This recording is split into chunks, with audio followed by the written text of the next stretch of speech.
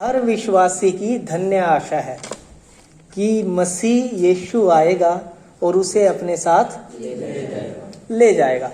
अब यदि हम उस रैप्चर में नहीं जाते तो हमें कलेशों का सामना करना पड़ेगा। ठीक है,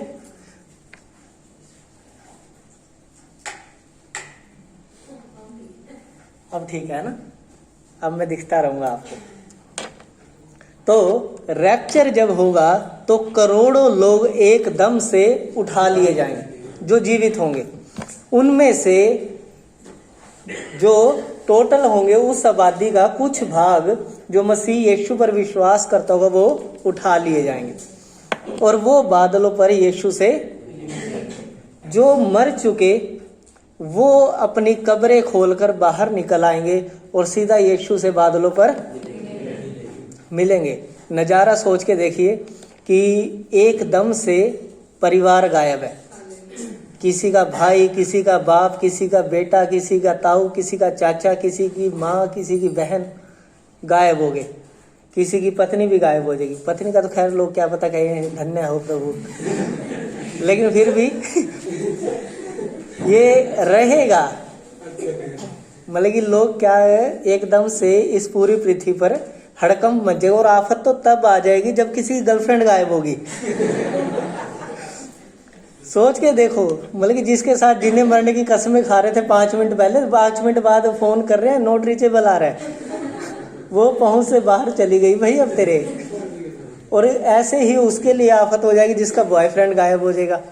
पति पत्नी तक तो चलो फिर भी लोग एडजस्ट कर लेंगे, इनकी समस्या ज्यादा है। तो अब ऐसे में क्या होगा कि जिनके सदस्य गायब होंगे वो पुलिस थानों के घेराव कर लेंगे, वहां पे तोड़ फोड़ शुरू कर देंगे, प्रदर्शन होंगे, गोलियां चलनी शुरू हो जाएंगी और सरकारों को ये आदेश देना पड़ेगा सभी देशों की कि जो भी प्रदर्शनकारी निकलता है गोली मार दो। क्योंकि सरकारों से कोई भी ऐसी सिचुएशन हैंडल होने वाली नहीं है। जब एक कोई रेप केस हो जाता है तो लोग हैंडल नहीं होते, एक कोई हत्या हो जाती है तो चौक जाम हो जाते हैं। जब करोड़ों लोग एकदम से जाएंगे तो सोचो क्या क्या होगा। और वो ढूंढते फिरेंगे कि आखिर वो सारे के सारे लोग कहाँ गए। कोई कहेगा कि आतंकवादियों ने उठा लिया, आतंकवादियों ने किडनैप कर लिया, और सभी सरकारें आतंकवादियों के पीछे लग जाएंगी, उनको गोलियां मारते फिरेंगे। और कोई कहेगा कि इसको, इन सबको ना एलियन उठा के ले गए, तो नासा की सारी सैटेलाइट उन्हें ढूंढती फिर रही होंगी अंतरिक्ष में। कोई जवाब नहीं होगा किसी के पास भी कि आखिर वो सब लोग गए तो गए कहाँ। लेकिन बाइबल में ये जवाब मौजूद है। प्रकाशित वाक्य के अंदर लिखा है कि एक बड़ी भीड़ सिंहासन के सामने थी और हाथ में खजूर की डालियां लिए हुए उसकी जय जयकार कर रही थी। हम सब वहां पर परमेश्वर की जय जयकार, और यहाँ पर लोग हमारे लिए हाहाकार कर रहे हों।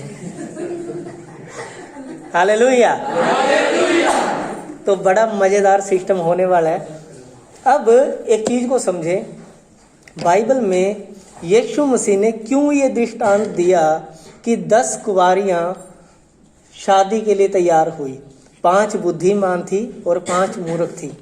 क्यों इस दृष्टांत को देने की जरूरत पड़ी? क्यों यीशु मसीह को वो दृष्टांत देने की जरूरत पड़ी जहां पर वो कहता है स्वर्ग का राज्य एक ऐसे राजा के समान है जिसने अपने बेटे का विवाह किया और उसके लिए भोज तैयार किया। और जब भोज तैयार हो गया तो उसने निमंत्रित लोगों को बुलाया, लेकिन कोई आना नहीं चाहता था। सब लोग अपने कामों पर निकल गए। आज भी बहुत सारे लोग कह देते ना, हमें टाइम नहीं है, क्या करें, बिजनेस बहुत ज्यादा फैल चुका। ऐसे बहुत सारे बहाने आज भी होते हैं। क्यों यीशु मसीह को ये दृष्टांत देने पड़े? और क्यों प्रकाशित वाक्य में जब हम जाके पढ़ते हैं तब वहां पर कलीसिया का जिक्र नहीं है, वहां पर एक दुल्हन का जिक्र है?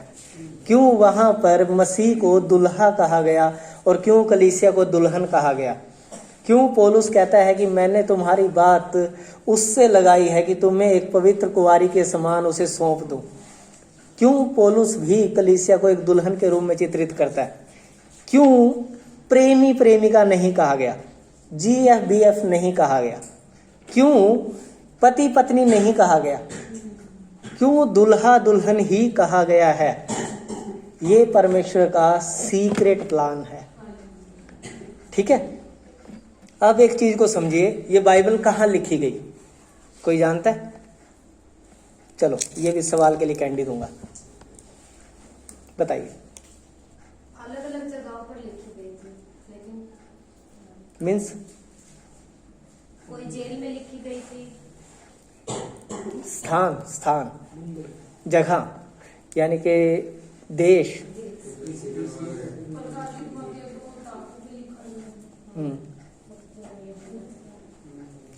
अब मेरी सुनिए, ये पूरी बाइबल कुल मिला के इस्राएल के लिए लिखी गई और इस्राएल में लिखी गई। एक ही जवाब है। ठीक है, आपस में छोड़ दो राजो, मैं हूं ना, मेरी सुनो। ठीक है, अब सुनिए, ये पूरी बाइबल इस्राएल के लिए लिखी गई और इसमें अन्य जातियों को इंक्लूड किया गया। अब यदि इसे समझना है तो आपको इस्राएल के कल्चर को समझना पड़ेगा, क्योंकि ये बाइबल जो है ये चिन्हों के रूप में और प्रतीकों के रूप में लिखी गई है, क्लियर नहीं लिखी गई है। अगर आप इसे पढ़ेंगे तो क्लियर आपकी समझ में आने वाला, क्योंकि परमेश्वर यीशु मसीह ने कहा कि बोने वाला बीज बोने चला। अब समझ लो ये क्या है।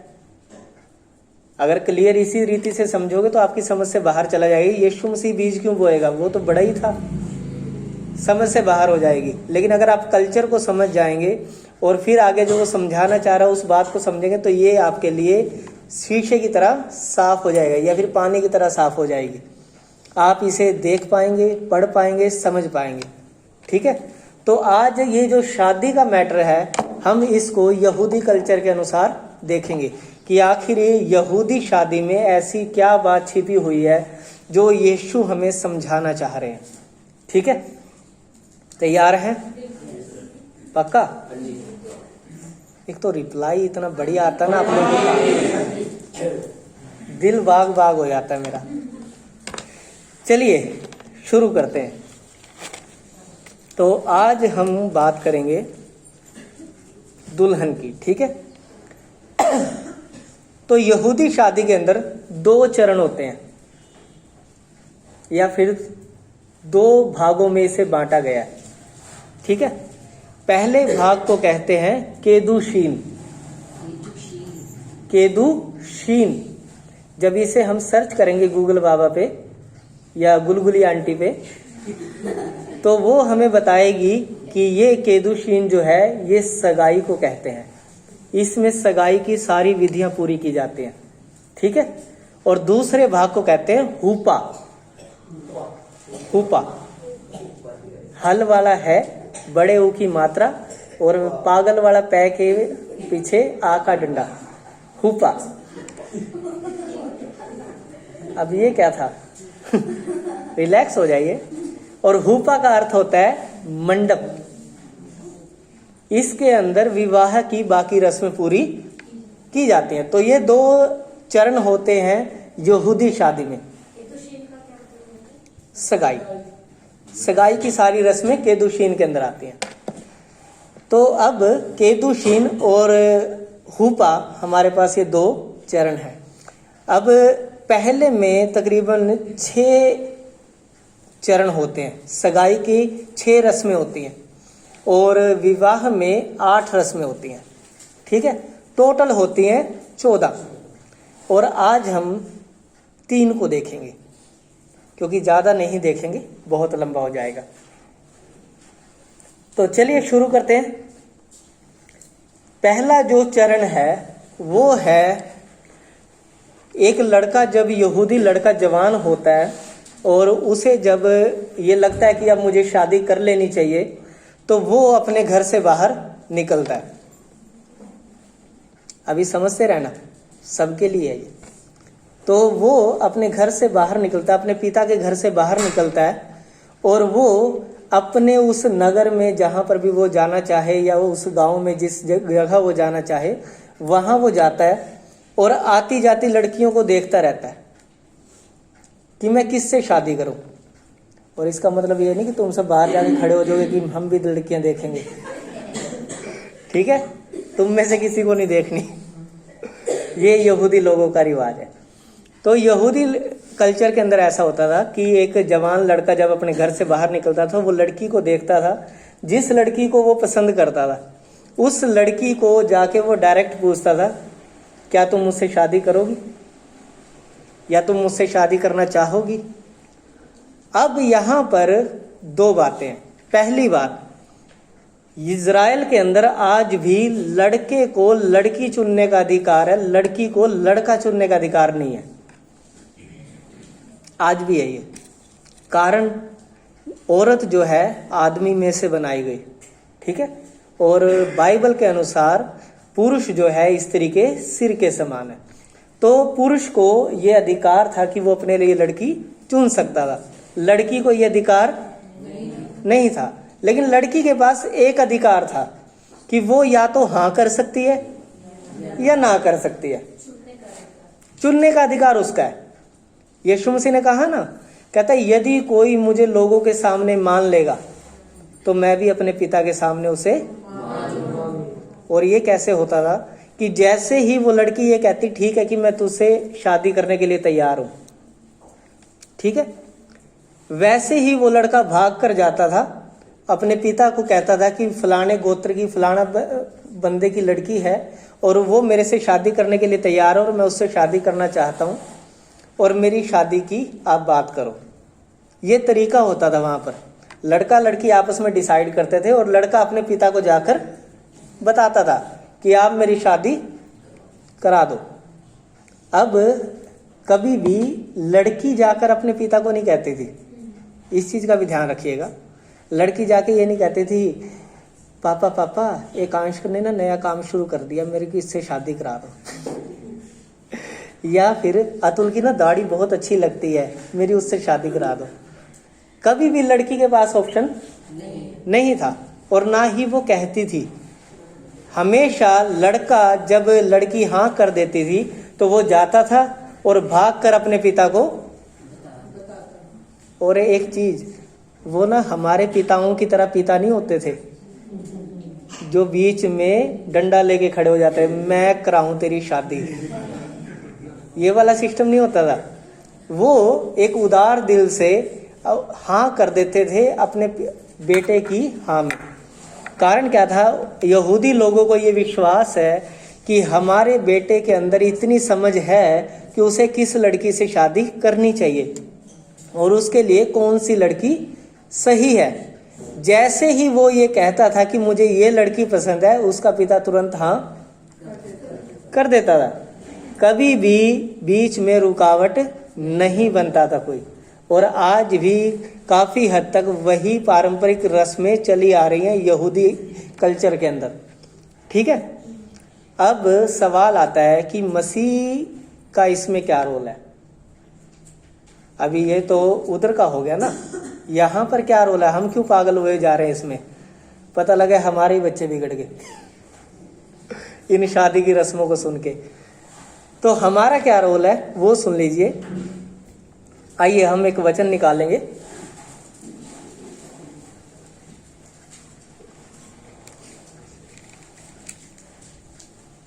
यूहन्ना की किताब 15 अध्याय। तो जिस प्रकार एक दूल्हा जो था अपने पिता के घर से निकलता था और अपने लिए दुल्हन चुनता था, तो आइए हम देख लेते हैं क्या यीशु मसीह ने कोई विवाह की रस्म पूरी की या वैसे ही दूल्हा बना फिर रहा है वो हमारा। चलिए 15 अध्याय 16 वचन। तुमने मुझे नहीं चुना परंतु मैंने तुम्हें चुना है और तुम्हें नियुक्त किया है कि तुम जाकर फल लाओ और तुम्हारा फल बना रहे, कि तुम मेरे नाम से जो कुछ पिता से मांगो वह तुम्हें दे। हालेलुया। यीशु मसीह ने ये बोलकर साफ तौर पे साबित किया कि उसने विवाह की पहली रस्म पूरी कर दी। समझ रहे हैं आप? उसने साफ तौर पे कहा कि तुमने मुझे नहीं चुना क्योंकि तुम्हारे पास चुनने का अधिकार नहीं है। तुम अपने लिए लड़का सिलेक्ट करो, ऐसा अधिकार तुम्हारे पास नहीं है। तुम्हारे पास सिर्फ ये अधिकार है कि तुम मुझे हाँ या ना कह सकते हो। लेकिन यीशु ने कहा कि मैंने तुम्हें चुन लिया अपनी दुल्हन होने के लिए। हालेलुया। मैं बड़ा एक्साइटेड हुआ था जब मैंने ये सुना था कि यीशु ने मुझे चुन लिया है। मैं कह एक बार तो शीशा देख के ये सोचा मेरे को भी कोई चुन सकता है। फिर चलो जी कोई बात नहीं, यीशु मसीह ने कुछ तो खास देखा होगा। फिर तुमने मुझे नहीं चुना परंतु मैंने तुम्हें चुना है। यीशु मसीह अपने पिता के घर से निकला, ठीक है, और वो इस संसार में आ गया, इस नगर में, इस गांव में आ गया कि वो अपने लिए कलीसिया को, अपने लिए दुल्हन को चुन ले, और उसने उसे चुन लिया। आज हम सब उसी की दुल्हन होने के लिए चुने गए। तो पहली रस्म यीशु मसीह ने पूरी कर दी। तो दूसरी जो रस्म है उसे कहते हैं केतुबाह। केतुबाह, केतु को कैसे, केले वाला के है, केतुबाह होता है कॉन्ट्रैक्ट, अनुबंध, ठीक है। तो ये जो था केतुबाह होता है दूसरा चरण, ये होता है एक अनुबंध या एक कॉन्ट्रैक्ट दोनों के बीच में, लड़का लड़की के बीच में एक कॉन्ट्रैक्ट लिखा जाता था बकायदा। हाँ, एग्रीमेंट कह सकते हैं। एक एग्रीमेंट लिखा जाता था और इस पर कुछ बातें होती थी। इसमें मुख्यतः दो बातें तो यही होती थी कि दूल्हा दुल्हन से क्या चाहता है, क्या उसकी डिमांड्स हैं, कैसे वो चाहता है कि उसकी दुल्हन उसके साथ रहे, वो अपनी शर्तें उसमें लिखवाता था। और ये क्या होता था कि दूल्हा दुल्हन या फिर लड़का लड़की और उसके दोनों के पिता, माता नहीं, दोनों के पिता और अन्य रिश्तेदार या फिर यूँ कहें कि गांव के मौजूद लोग जो होते थे, वो सब क्या होते थे, एक मेज बड़ी लगी होती थी और उसके चारों ओर बैठ के ये एग्रीमेंट लिखा जाता था सबकी मौजूदगी में। लड़का अपनी शर्तें वहां पर बताता था कि मुझे ये बातें चाहिए, कि मेरी दुल्हन में ये बातें होनी चाहिए। उधर से लड़की अपनी शर्तें बताती थी कि मेरे लिए फिर ये होना चाहिए।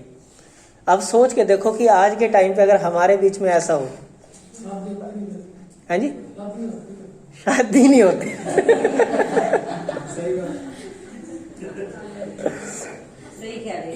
देखो आंटी ने मोहर लगा दी, भी सही कह रहे हैं। आज के टाइम पे अगर एग्रीमेंट लिखे गए तो शादी नहीं होनी फिर, क्योंकि लड़का कहेगा कि ये ना मेरे कहे में चलनी चाहिए, कहता ले फिर मेरी भी शर्त यही है, ये भी मेरे कहे में चलना चाहिए।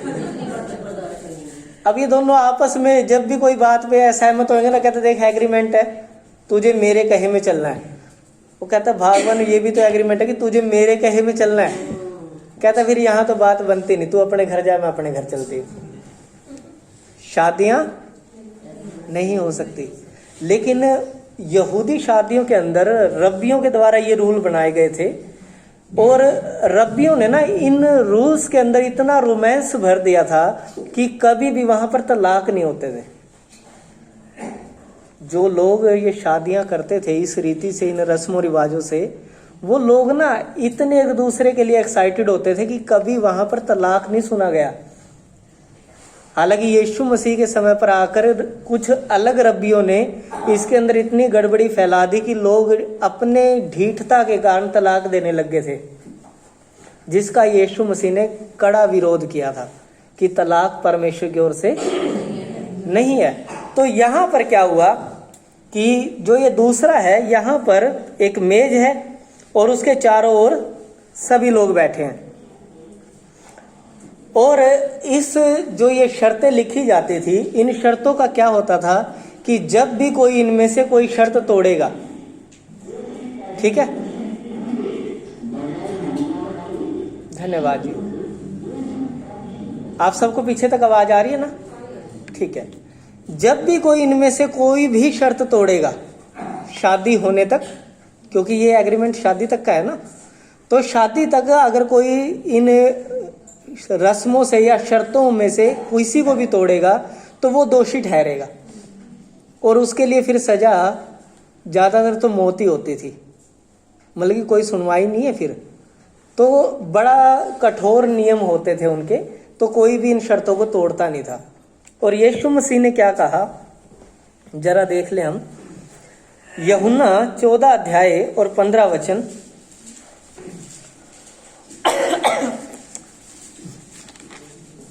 यदि तुम मुझसे प्रेम रखते हो तो मेरी आज्ञाओं को मानोगे। जी हाँ, यीशु मसीह ने अपनी पहली शर्त रख दी कलीसिया के सामने, दुल्हन के सामने, कि यदि तुम मुझसे प्यार करते हो तो मेरी आज्ञाओं को मानोगे। ये मेरी पहली शर्त है। अगर ऐसा कर सकते हो तो मेरे साथ शादी कर ले, कोई समस्या नहीं है, मैं तैयार हूं। अब ये शर्त क्यों है, इससे क्या होगा, क्या प्रेजेंट होगा, इसके लिए एक और वचन है 13 अध्याय के अंदर 35 वचन। पेज नहीं पलटना, बस यहीं पर ही मिल जाएगा। यदि आपस में प्रेम रखोगे तो इसी से सब जानोगे कि तुम मेरे चेले हो। हालेलुया। अगर तुम आपस में प्यार रखोगे तो सबको पता लग जाएगा कि ये मेरी दुल्हन है। ये तुम लोगों के सामने आने का तरीका होना चाहिए कि तुम आपस में प्रेम रखो, एक दूसरे के साथ नफरत। अब अभी हमने क्या सुना कि कोई भी यदि आज्ञा को तोड़ता है या शर्तों को तोड़ता है तो वो अब यीशु मसीह ने कहा कि यदि तुम आपस में प्यार रखोगे तो मेरे चेले हो, अगर नहीं रखा तो नहीं हो। यदि तुम प्यार रखोगे तो मेरे चेले हो, यदि नहीं रखोगे तो नहीं हो। यदि प्यार रखोगे तो मेरी दुल्हन हो, यदि नहीं रखोगे तो नहीं हो। यानी कि ये एक छोटी सी लाइन जो है, ये एक छोटी सी आज्ञा जो है, अगर ये आप पूरी नहीं करते, आपका पत्ता कट। उसी समय मैंने कहा ना, कोई सुनवाई नहीं है। अगर आप आपस में प्यार नहीं रख सकते, मसीही होने के बाद, मैं खास तौर पे कहूंगा इस बात को, मसीही होने के बाद यदि आपस में आप प्यार नहीं रख सकते तो आपका पत्ता कट, आप उसकी दुल्हन में शुमार नहीं हो सकते।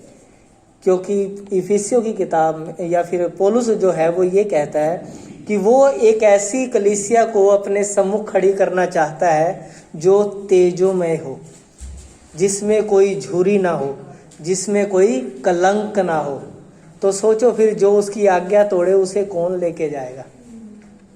उसको तो फिर क्या है, मैं तुम्हें नहीं जानता, यही होगा ना। तो अब अपने आप को चेक कर लेना कि आप लोग क्या रैप्चर के लिए तैयार हो। क्योंकि ये जो मैं अब बताऊंगा ना आपको सारी बातें, ये आगे 14 के 14 नियम जो हैं, ये आपके फायदे के लिए। अगर आप इनको समझ गए तो आप परमेश्वर की सीक्रेट प्लान को समझ पाएंगे। अगर आप नहीं समझ पाए तो आप शायद रैप्चर से वंचित रह जाएं। नोट करना है नोट कीजिए, रिकॉर्ड करना है रिकॉर्ड कीजिए, कोई समस्या नहीं है, लेकिन इन बातों को समझ लीजिए। और ये बातें मेरी नहीं हैं, एक परमेश्वर के दास ने इज़राइल में जाके रिसर्च करके वहाँ पर सारी भविष्यवाणियों को चेक करके फिर ये सारी बातें बताई हैं कि ये कल्चर आज भी वहाँ पर है। देखो, मैं तो आपके सामने गया नहीं, मैंने तो इन चीज़ों को सर्च कर लिया कि ये जो बातें वो कह रहा है वो ठीक कह रहा है ना, तो उसके बाद मैं आपके सामने इसे लेकर आया हूँ। ठीक है, तो अब क्या है, यदि आपस में प्रेम रखोगे तो इसी से सब जानेंगे कि तुम मेरे चेले हो।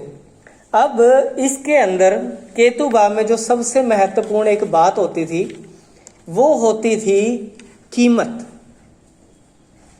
या दाम या मोहर, जो दुल्हन की होती थी। आज यहाँ पर शादी होती है तो दुल्हन को क्या क्या दिया जाता है? कपड़े, गहने, फर्नीचर, सारी चीजें दी जाती हैं। ठीक है, इज़राइल में नहीं दिया जाता था।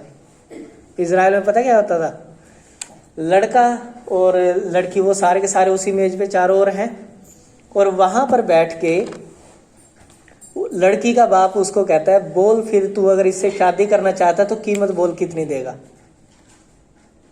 वहां पर लड़की को कीमत देकर भेजा जाता था, यानी कि लड़की को बेच दिया जाता था कि आज से ये तेरी है, समझ रहे आप। और लड़का उसे अपने लिए खरीदता था। और इस तरीके से क्या होता था कि लड़की का पिता जो था वो सारा हिसाब किताब लगाता था, इतना इसकी पढ़ाई पर खर्च हुआ है, इतना इसने जो कोर्स किए हैं उस पर खर्च हुआ है, इसकी कंप्यूटर क्लासेस पे इतना खर्च हुआ है, वो सारा एस्टिमेट लगाता था। इतने आइडिया है कि कपड़ों पे खर्च हो चुका, और वो फिर सारा कहता था कि देखो भाई इतनी कीमत लगेगी इसकी। लड़की के पिता को हक था कि वो अपनी बेटी की कीमत तय करे। लड़के का पिता नहीं करता था, लड़की का पिता तय करता था। जितनी कीमत वो मांगेगा उसे देनी पड़ेगी, अन्यथा शादी नहीं होगी। अब ऐसे में लड़की का पिता कह रहा है, कहता है ये जो तेरे को सुंदर दिख रही है ना, ये जो इतना मेकअप पोत के आई है, 20,000 रुपये का मेकअप कराया मैंने इसका, ये भी तेरे को ही देने पड़ेंगे क्योंकि तेरे लिए सुंदर बनी है। हमें क्या मतलब, हम तो गोबर उठवाना था इससे। कमाल की बात है जी, हमने क्या है, हम तो झांसा में ले जाते इसको, गोबर उठवाते। लेकिन ये जो सुंदर बन के आई है, अभी अप्सरा की तरह तेरे को लग रही है, मीना लग रही है, तो ये जो है ये आपके खर्चे से है, आपको ये खर्चा देना पड़ेगा। इस तरीके से वहां पर सारे कार्यविधि होती थी। उसके बाद कह सकता था मीना मैं आ गया, कहाँ है तेरा ठिकाना। चलिए खैर, तो उसके बाद क्या होता था, लड़की का पिता जो कीमत लड़के को बोलता था, अब थोड़ा सीरियस होकर सुन लीजिए, लड़की का पिता जो कीमत लड़के को बोलता था कि इतनी कीमत लगेगी, अगर लड़के को वो कीमत सही लगती तो वो तुरंत उस कीमत को दे देता, और यदि कीमत वो ज्यादा मांग लेता, यानी कि बहुत ज्यादा, तो लड़का जो था वो अपने पिता को बाजू में लेके जाता कॉर्नर में, और फिर पता क्या कहता, पिताजी देखना इतनी ज्यादा कीमत मांग रहे हैं, इतने की तो शक्ल भी नहीं इसकी,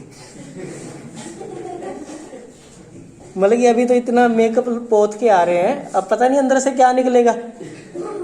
हो सकता आईफोन के डब्बे में वो कीपैड वाला फोन डाल रखा हो। क्योंकि मैंने एक मेकअप वाली वीडियो देखी, एक बुजुर्ग महिला को मेकअप कर करके उन्होंने जवान बना दिया था, तो कहता कोई पता नहीं फिर इसका। लेकिन ऐसे में पिता डिसाइड करता था कि कीमत दी जाए या नहीं, ये लड़के के पिता के पास अधिकार था। बिना लड़के के पिता के कोई एग्रीमेंट साइन नहीं होते थे। तो लड़के का पिता यदि ये देखता कि हाँ जो ये लड़की है इसके अंदर इतने गुण हैं कि इसकी कीमत इतनी होनी चाहिए, तो लड़के को वो कहता इसकी कीमत इसे दे दे, कोई दूसरी बात नहीं, कीमत दे दी जाए। और ऐसे में उनका वो जो कीमत होती थी वो उसे देकर और ये रिश्ता पक्का हो जाता था। ये तरीका था केतुबाह का। किसका? केतुबाह, याद रखना इसको, ठीक है। अब आगे हम चलें तो पौलुस क्या कहता है, पहला कुरिन्थियों 6 अध्याय 20 वचन।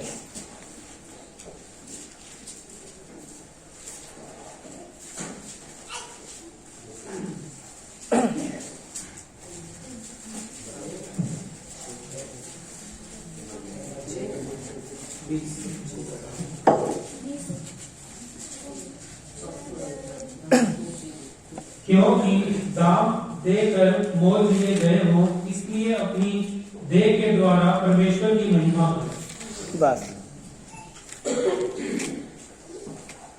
हाँ जी, क्योंकि दाम देकर मोल लिए गए हो, इसीलिए अपनी देह के द्वारा परमेश्वर की महिमा करो। तो हम फ्री में मोल नहीं लिए गए। यीशु मसीह ने इस दूसरी शर्त को भी पूरा किया। जो दूसरी रस्म थी शादी की, इसको भी पूरा किया। और पौलुस बताता है कि तुम दाम देकर मोल लिए गए हो, यानी कि जो वो मेज थी वहां पर तुम्हारा दाम डिसाइड किया गया और वो दाम चुका दिया गया। अब वो दाम क्या था, यीशु मसीह ने उसी मेज पर बताया। वो मेज पता कौन सी थी? चलो फिर कह दो सवाल नहीं पूछता, डाउट में बेटा तुझे नहीं मिलेगी अब। जब वो अपने चेलों के साथ बैठा हुआ था, कहाँ? यीशु मसीह रोटी तोड़ने के लिए। अभी भी कंफ्यूजन में है, रहने दे। उसने अपनी देह को देखी तो लहू। अरे सही था, लेकिन डाउट में थी तुम। क्लियर कॉन्फिडेंस होना चाहिए बोलने में। हाँ ये देख, तेरी ही बात पे तेरी बेटी लेगी, डाउट नहीं होना चाहिए।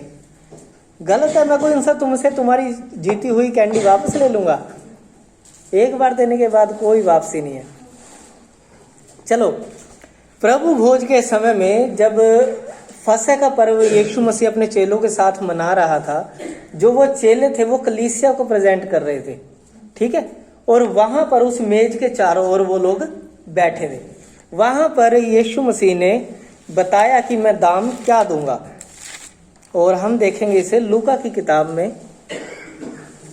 22 अध्याय और 20 वचन।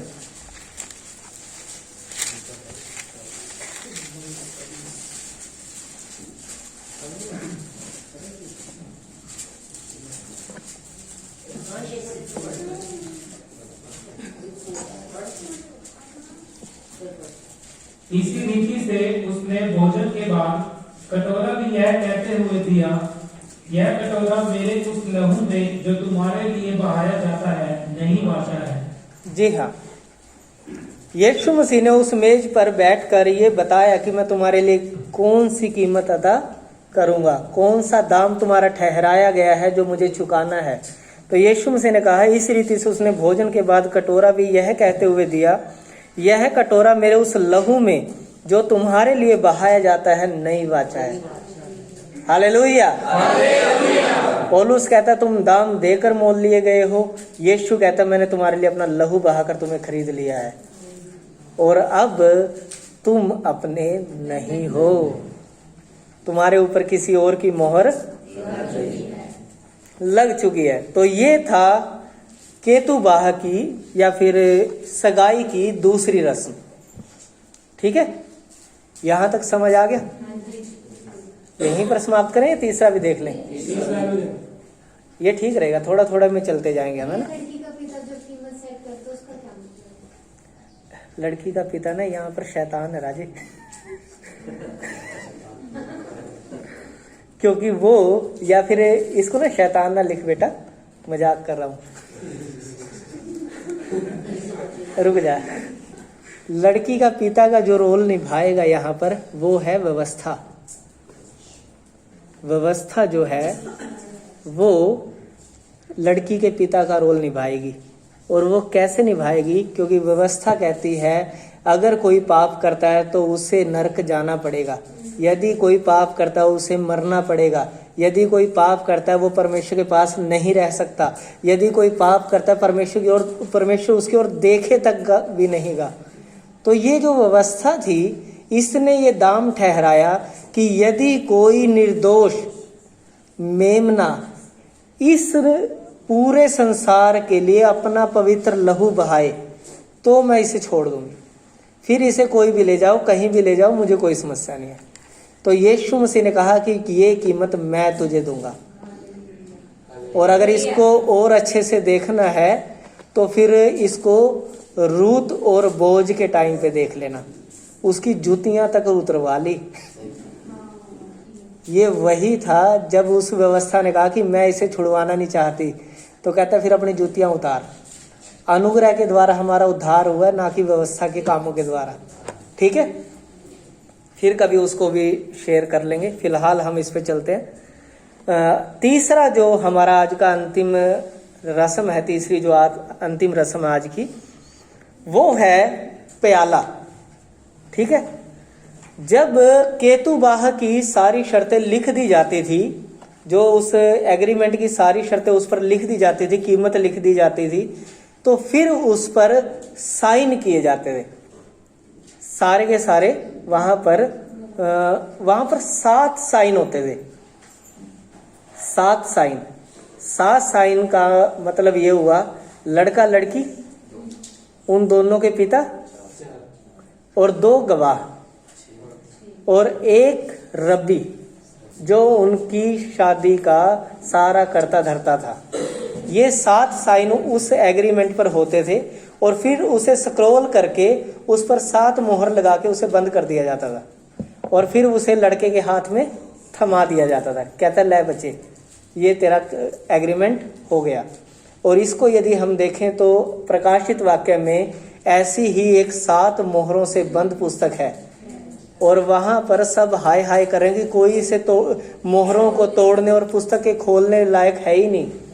तब पता लगा एक है, वो है यीशु मसीह, जिसके पास ये अधिकार है कि वो इस पुस्तक को ले और इन मोहरों को तोड़ सके, खोल सके ने। कारण दुल्हा वही है और ये एग्रीमेंट उसे ही पकड़ाया गया है। चलिए, तो अब है तीसरी रस्म। जब ये 2 रस्में हो जाती हैं तो तीसरी रस्म में 7 लोगों के हस्ताक्षर हुए, उसे पकड़ा दिया गया। इसके बाद आता है प्याला। अब फसह का पर्व का जो प्याला होता है वो भी चांदी का होता है और जो शादी का प्याला होता है वो भी चांदी का होता है, क्योंकि इजराइल में चांदी जो है वो छुटकारे का प्रतीक मानी गई है। ठीक है, तो वहां पर इस चांदी के प्याले में से क्या होता है कि पहले दूल्हा घूंट भरेगा इन चीजों को पक्का करने के लिए, फिर दुल्हन घूंट भरेगी। कुछ जगह पर क्या होता है, दूल्हा दुल्हन का नहीं, वैसे ही कोई बात अगर पक्की करनी होती है तो क्या होता है, खून निकालना थोड़ा सा हाथ पे, उसने भी निकाल लिया और दोनों ने ऐसे हाथ मिलाया, कहता देख अब हमारा खून एक हो गया, अब ये खून की वाचा होगी, लहू की वाचा होगी। तो कुछ लोग इस तरीके से करते थे, कुछ लोग हाथ पर थूक के मिलाते थे। अलग अलग जगहों पर अलग अलग प्रतिज्ञा करने के, वाचा बांधने के अलग अलग तरीके थे। यहां पर था कि एक दूसरे का जूठा दाखरस पीना है, या फिर यूं कहें कि लड़के का जूठा दाखरस लड़की को पीना है। हाँ जी बेटा जी, अंदर आना है। अरे कोई नहीं,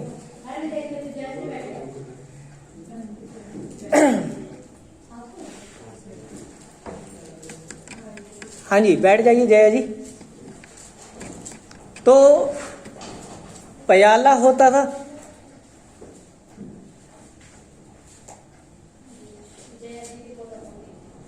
अच्छा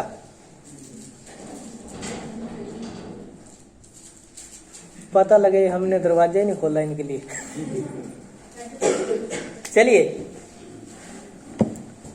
तो जब हस्ताक्षर हो चुके, सुन लीजिए बच्चों, रिलैक्स। जब केतुबाह की शर्तों पर हस्ताक्षर हो चुके, उसे स्क्रॉल कर दिया गया, मोहरें लगा दी गई, लड़के को दे दिया गया। अब लड़के ने प्याला उठाया, पहला घूंट पिया और उसके बाद लड़की को दे दिया। अब वो उसमें से एक घूंट भरेगी। ये होता था इनका पक्का करने का तरीका। अब इनके बाद क्या होता था, ये 12 महीने, कम से कम 12 महीने, ज्यादा जितना मर्जी, कम से कम 12 महीने तक एक दूसरे से मिल नहीं सकते। बढ़िया था, है ना। मैंने कहा ना, इतना रोमांस भर दिया इन्होंने, सस्पेंस बना दिया कि एक दूसरे की वेट करते थे ये लोग। तो फिर क्या हुआ, इसको जब हम देखते हैं यीशु मसीह के साथ, तो मरकुस की किताब और 14 अध्याय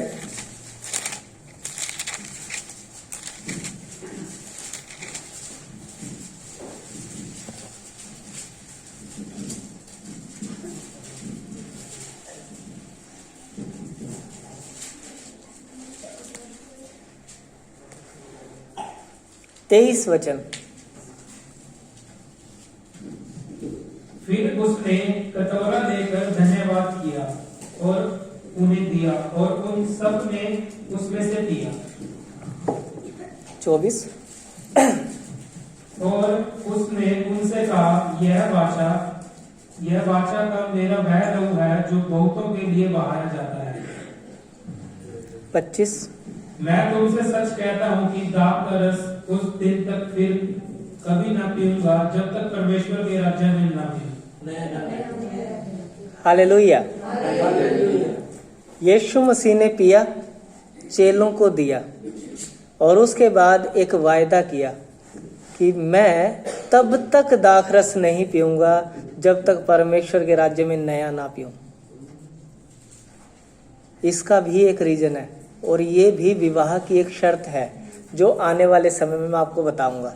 ठीक है, तो यहाँ पर यीशु मसीह ने इस रस्म को भी पूरा, जो थी प्याला, यीशु मसीह ने पहले प्याले में घूंट भरा, फिर अपने चेलों को दिया जो कलीसिया का नेतृत्व कर रहे थे, जो उसकी दुल्हन का नेतृत्व कर रहे थे। तो इस तरीके से उनका आत्मा में विवाह हो जाता था। जो दूल्हा दुल्हन थे, लड़का लड़की होते थे, उनका इस रीति से आत्मा में विवाह हो जाता था और फिर ये 12 महीने कम से कम एक दूसरे से नहीं मिलेंगे। ठीक है, तो आज के लिए इतना ही। 3